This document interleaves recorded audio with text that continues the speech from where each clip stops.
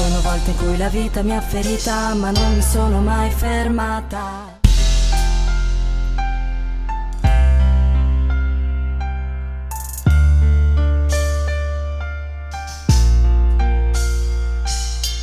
Ci sono volte in cui la vita mi ha ferita, ma non mi sono mai fermata. Davanti a nessuna salita tutto ciò mi ha solo cambiata. Se penso a quel momento in cui ho creduto che non ce l'avrei fatta, e poi mi rendo conto che per me è stata una passeggiata.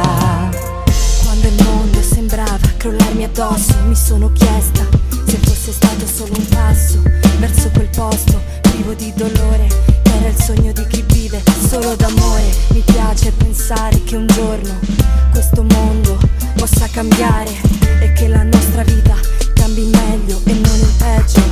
Dimmi se anche tu lo vuoi. Sarebbe bello vivere d'amore e sogni, senza guerre, rancore e lacrime nel cuore. Sarebbe bello pensare ad un domani dove la vita ci regala emozioni sulle mani. Certe cose non si possono spiegare, le puoi solo provare. Ma noi siamo qui in questa realtà che emozioni non ci dà. Ci sono volte in cui la vita mi ha ferita, ma non mi sono mai fermata.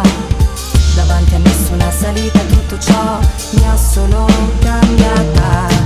Se penso a quel momento in cui ho creduto che non ce l'avrei fatta, e poi mi rendo conto che per me è stata una passeggiata.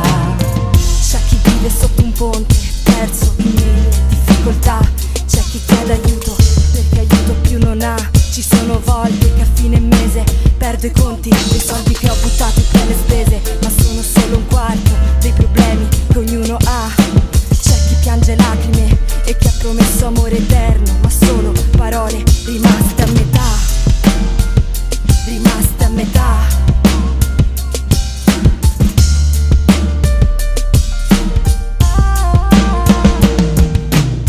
Ci sono volte in cui la vita mi ha ferita, ma non mi sono mai fermata. Davanti a nessuna salita tutto ciò mi ha solo cambiata. Se penso a quel momento in cui ho creduto che non ce l'avrei fatta, e poi mi rendo conto che per me